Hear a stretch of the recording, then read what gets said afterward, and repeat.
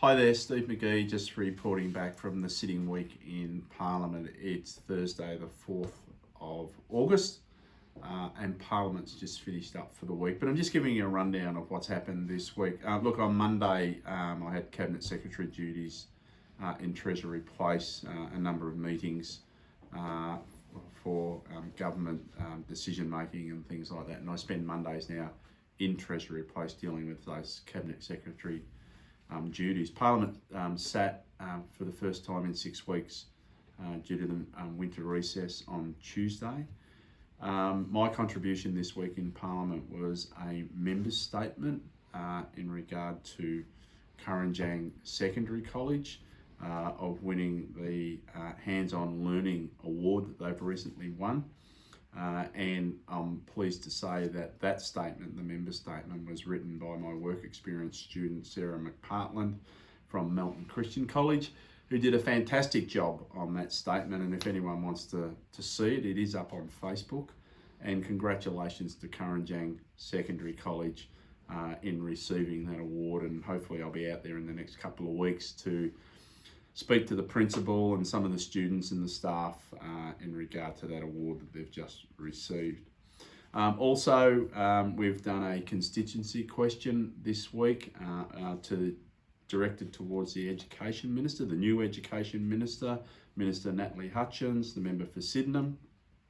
That's about the growth in our area and about schools in our area, and seeking that the Minister has either some discussions or comes out to talk to us about the growth and how we're going to deal with growth and our schools, and in particular some of our primary schools at the moment, and in some cases some of our newer primary schools, how they're trying to deal with the excessive growth that we've got in Melton. I mean, growth's fantastic, but of course we've got to try and provide the infrastructure to be able to facilitate the kids at the school. And I've recently been round to a couple of the schools and had discussions with the principals about that. The other thing on Wednesday, and Wednesday was an unusual day in Parliament because we did condolence motions for the passing of the late Jane Garrett, a Member of Parliament, and had been a Member of Parliament since 2010. And unfortunately Jane had passed away from breast cancer several weeks ago.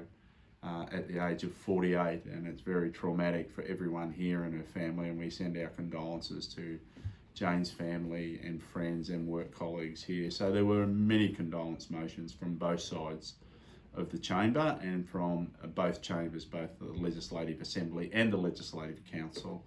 And then following that, as a sign of respect to Jane, Parliament was adjourned on Wednesday afternoon for the members to obviously deal with the outcomes of those condolence motions, and as I say, as a sign of respect to Jane.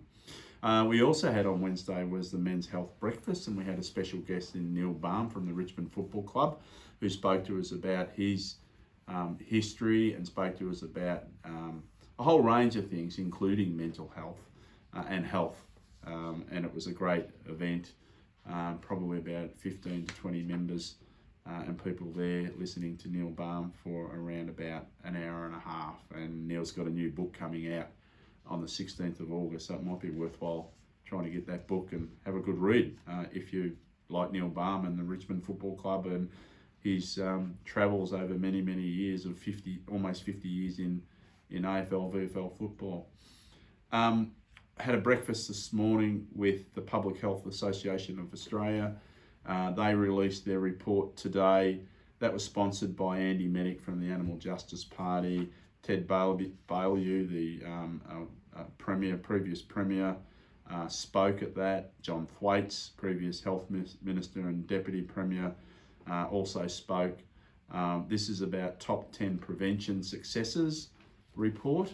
And it's talking about prevention medicine and things that we can do to firstly stop people getting ill and injured, I suppose, to some degree, but also the longer term stopping the clogging up of our hospitals, unnecessary clogging up of our hospitals, if we can keep people healthier and fitter and dealing with some of these issues. So it was a fantastic report and a fantastic event.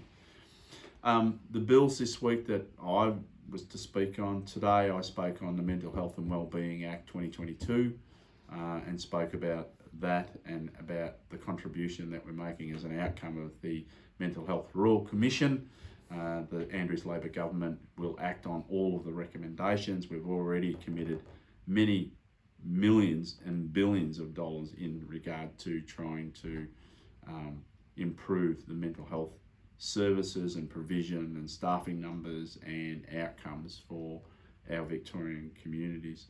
The other bill I was to speak on and ready to go, and I particularly wanted to do this bill, but unfortunately we ran out of time, was the Vic Energy and Efficiency Target Amendment Bill. And the reason why I wanted to speak on that, because we visited someone in Melton South last week with the Energy Minister, Lily D'Ambrosio.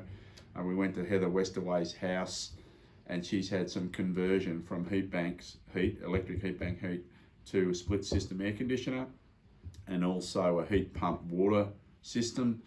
And Heather's had a massive reduction in her energy bills. And Heather was a great advocate for this scheme, Healthier Homes scheme. 176 houses and families have had their, I suppose, heating and water system, hot water systems changed, and they're benefiting from the reductions in cost. Unfortunately, I didn't get to speak on that bill today, as I say, because we ran out of time. But I've got to advocate that that scheme's a fantastic project. Heather Westerway was a great advocate. I thank her for allowing us into her house last week, and we all sing the praises of that scheme, and I'm hopeful that we can get that scheme extended further into the Melton electorate. I think that's it for now. I don't think I've forgotten anything. No, it doesn't look like it. So we're back in the electorate next week. I'm not back in Melton until Tuesday because I've got further cabinet secretary duties on Monday. Out and about on the weekend doing a couple of events. So I hope to see people out there. If anyone wants to speak to me at any time, please ring my office. I'm happy to come and meet with people in their homes or meet with people as a group if they wish. Happy to do that as much as we possibly can. If people have got any issues, don't be afraid to ring the office, email us, and we'll try and address those issues as quickly as we can. So that's it for now from Parliament House. See you back in Melton next week. Thanks very much.